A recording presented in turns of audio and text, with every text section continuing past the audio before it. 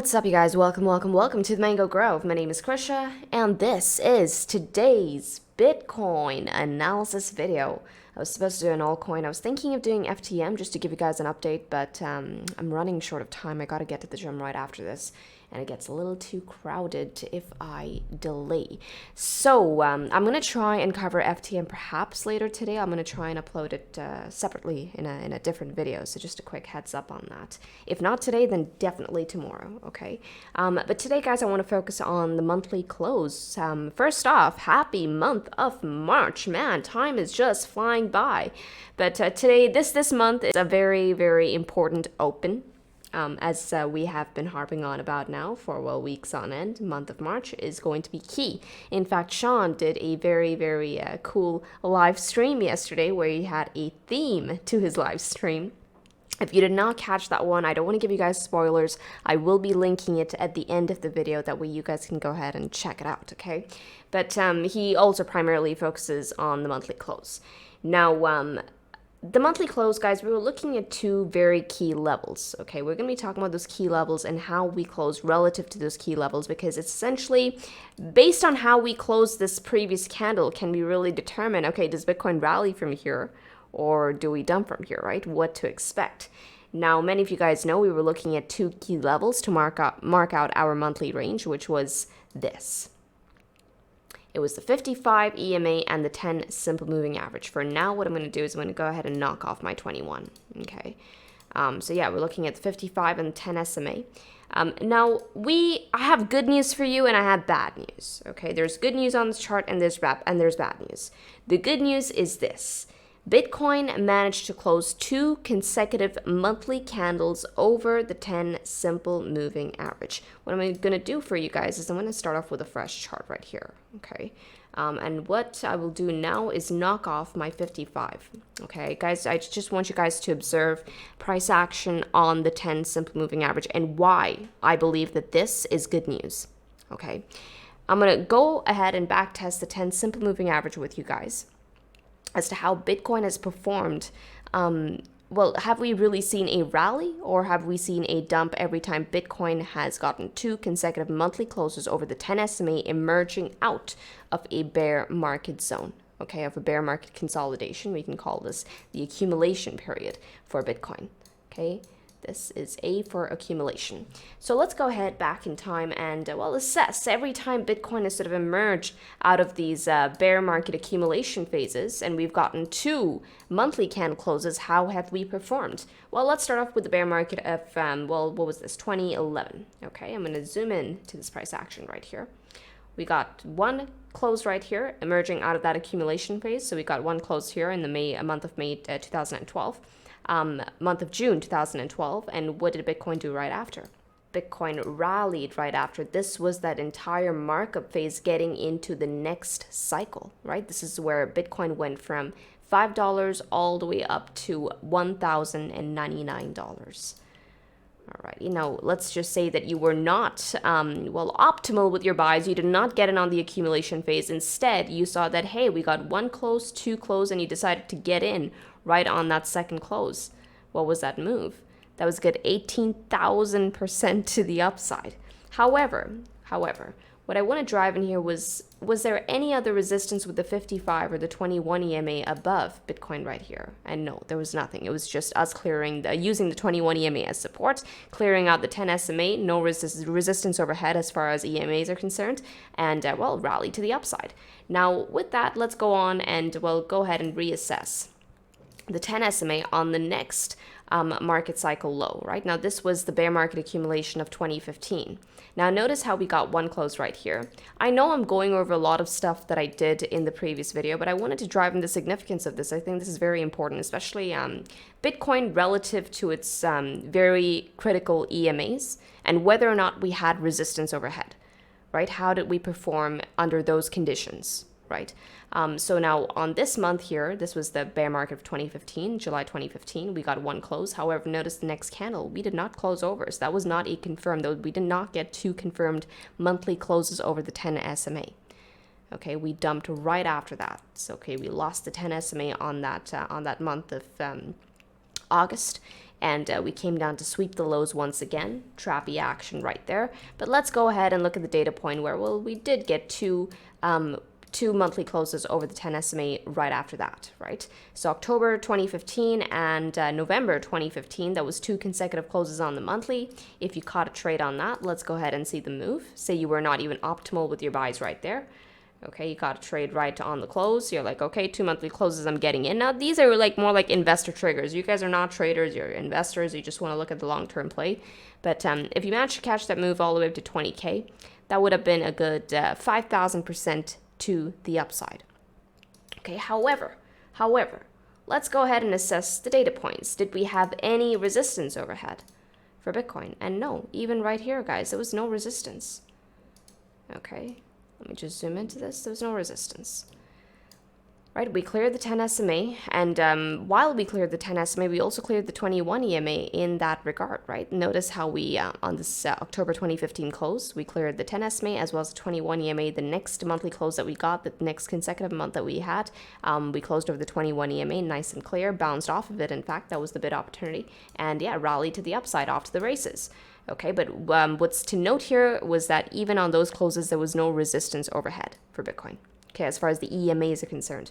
Now, how about, well, the bear market of 2018? What did we do right there? Now, this was that volatile move where everything was thrown out of equilibrium. Now, my thesis on that was because the Fed stepped in here and said that, hey, we're going to be stopping quantitative tightening, as well as we are going to be stopping the rate increases. Now, both of those two scenarios of stopping quantitative tightening, and stopping interest rate hikes. Okay, let's draw an up arrow here.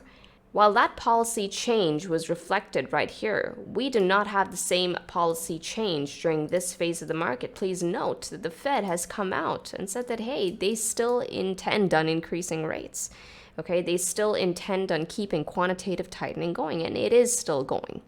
All right, so we do not have those variables that we had here. Now, my thesis is that because we had like some very, very rapid, very sudden policy changes, monetary policy changes right here, that's probably what lended to the volatility in the market that stepped in on this juncture right here that threw a lot out of equilibrium. So now, however, let's go ahead and then assess price action against its data points, of course. Now, we're looking at that candle close relative to the 10 SMA, right? We got one 10 SMA close right here. So candle close over the 10 SMA on April 2019. The next candle as well, once again, very, very volatile. May 2019, we also closed over that, well over that. That was a good, what was that on that candle? That was a good 62% on just that one candle alone. If you even caught from that to the top at 14K, that was still a good 64%. But this is when we got into the intermediate downtrend, as I had been mentioning, right? The intermediate downtrend in the middle of that macro uptrend. All right, to lose the 10 SMA, that's when you got the sign that, hey, likely coming down to sweep the lows. That 10 SMA, guys, is freaking clutch. It's clutch on the upside, and it is also clutch on the downside. Give it the importance that it deserves. The 10 SMA has stood the test of time so far as Bitcoin is concerned. You'll see it right here as well. We lost 10 SMA getting out of the bull run of 2021. We lost it right here at around 48.2K. And right after that, guys, not once have we managed to reclaim the 10 SMA up until now. Okay, now this is that next juncture of the market. Oh, sorry, I forgot one data point right here. We did have a data point right here when we were emerging out of the COVID dump, right? This was us sweeping the lows at 3K. That was a quick pickup. So now we closed over the 10 SMA right here on the month of April 2020. Okay, this is when we got a bunch of policy changes, monetary policy changes, unprecedented amounts of liquidity entered the market. So we got one close right here. This was your second close right here that came in on May 2020, and then off to the races rally all the way up to $63,000. Now, even if you caught it just based on that, right, caught it on the candle close, say that, okay, this is my rule, 2 consecutive closes over. What is the move on that? You managed to catch a good 560% to the upside. However, was there any resistance overhead? Let's take a look at our green 55 and the 21 EMA. Was there any resistance? And no resistance whatsoever. The green 55 was sitting underneath Bitcoin right there, and the 21 EMA was also sitting underneath us. Okay, so no resistance over the 10 simple moving average.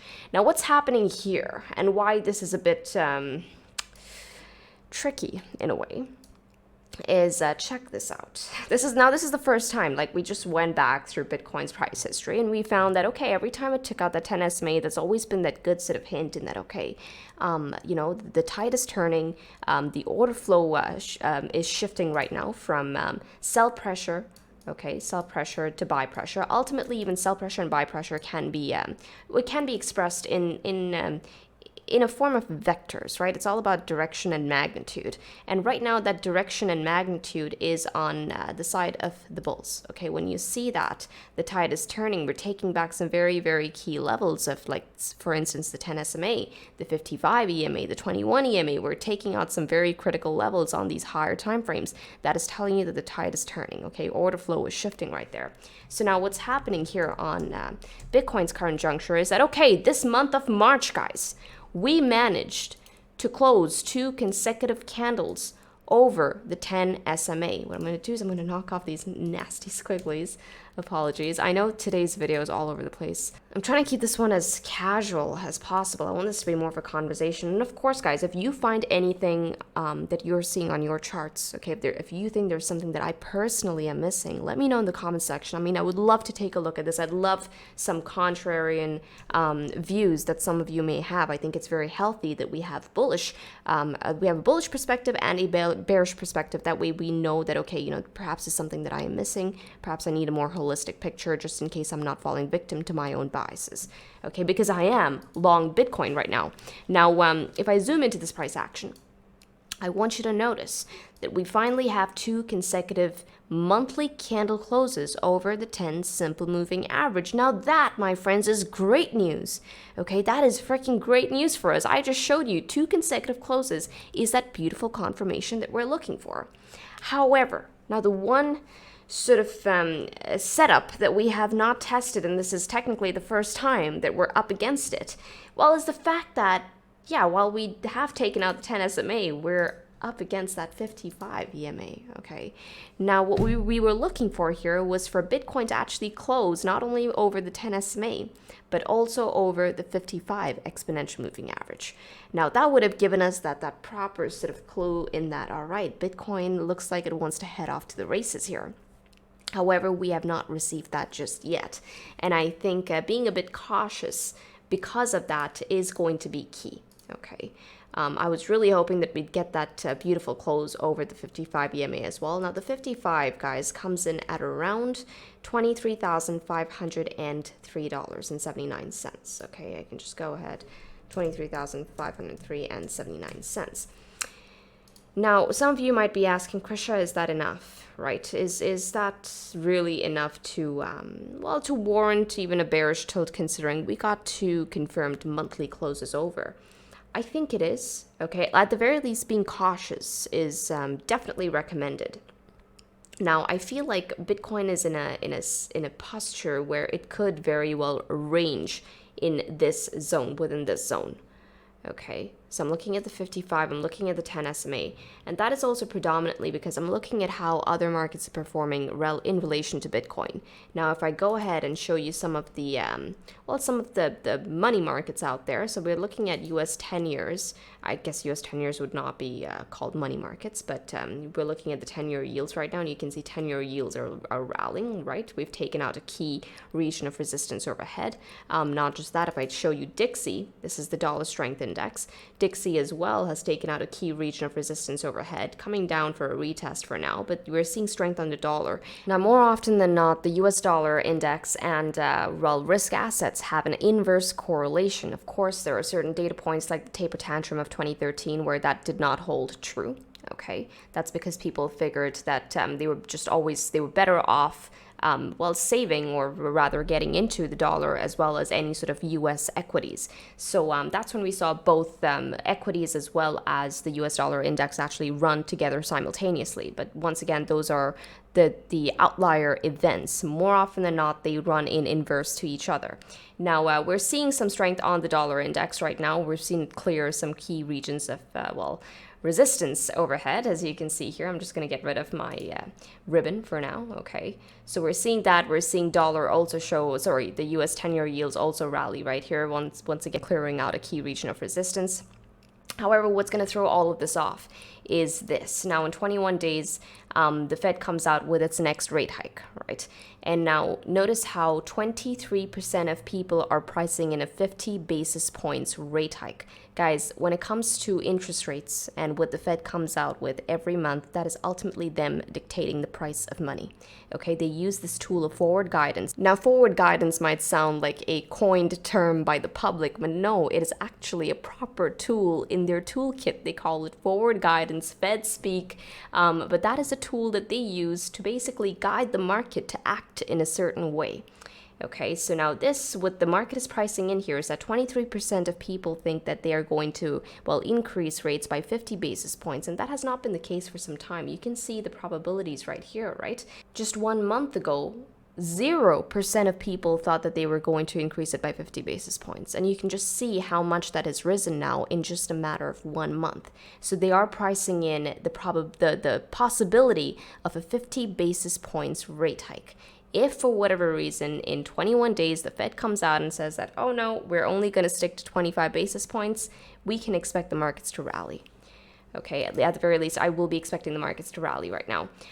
So as far as Bitcoin is concerned, now I'm looking at this entire holistic picture. I'm looking at how the yields are performing. I'm looking at how Dixie is performing. And that's why I'm saying that, okay, you know what?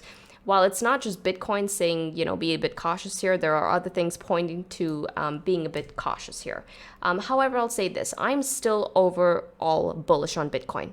While I do believe that Bitcoin might not rally immediately, I think we're sort of in a range. We're range bound for now until I get more information on the chart. The range that I'm looking at, guys, once again, keep it very, very, very simple for yourself. I'm looking at the 55 EMA all the way down to the 10 SMA, and you can see that the 10 SMA has sort of moved a tad bit, right? And that's it right here, coming in at around, what is this, 20,698, okay, but that is our main sort of primary range. Yes, Bitcoin is rallying right now as I speak, but like I said, don't jump the gun. What are we looking for here, right? If we really want to anticipate, okay, you know what, Bitcoin says, screw the 55 EMA, we're going all the way up, here's what I'll be looking for. On the weekly closes, I want to see Bitcoin start closing multiple weekly candles over $23,491. Essentially, that monthly 10 SMA reflected on our weekly time frame. If I start seeing strength on that, I'm saying we're likely going up. At which point I will only be looking for 27.7K as the next region of resistance overhead. Okay, that also lines up with the monthly 21 EMA if I am not wrong, and it does right there. Okay, that also lines up with monthly 21 EMA. That also lines up with Bitcoin's overarching price momentum on the charts. If I look at all my price data and I'm drawing out targets just based on price and not on any of the EMAs, 27.7K is the next target overhead. So I'll be watching out for that. But yeah, I'm saying on Bitcoin at the very least, I'm not going to speak for the altcoins because quite often on ranges, where every time Bitcoin consolidates within a very, very tight range, we actually do see the altcoins run.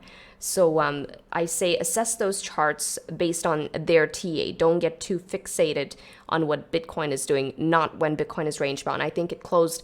There's good news on Bitcoin's close and there's bad news on Bitcoin's close. The good news is, hey, you know what? We managed to close 2 consecutive monthlies over the 10 SMA, which is great news in my opinion. The bad news is that, well, we closed underneath the 55 EMA, so it's still a bit of a hazy picture. So a hazy picture is still better than a worse off picture, which is Bitcoin, losing the 10 SMA altogether, which we did not do.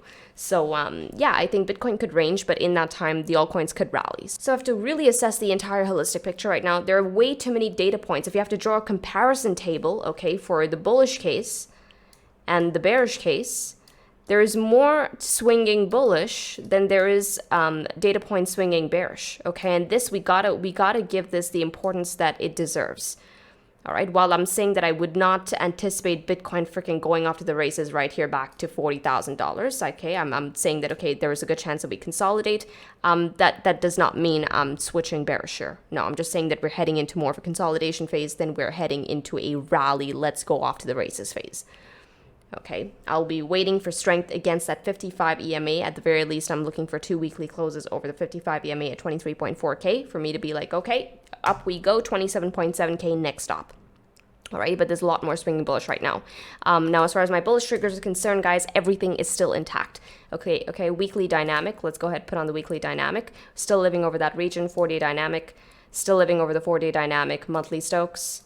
still twisted bullish on that control zone, right? That low threshold right there below 25%. So we have that still intact. So that's 3 out of 4. The fourth signature, remember what we were looking for. Get on over to weekly time frame, dynamic. Let's switch it to the Ichimoku setup, okay? As well as I'm going to put on my 55 exponential moving average, this right here. Where is that swinging in at? Okay, that's swinging in at 25.5K. Okay, that is, we start living over 25.5K. I'm saying 4 out of 4 signatures are done and we are in a bull run. Wow, that rhymed. So we have that. And also in addition to that, I mean, just look at the amount of freaking data points, right? Just ribbon.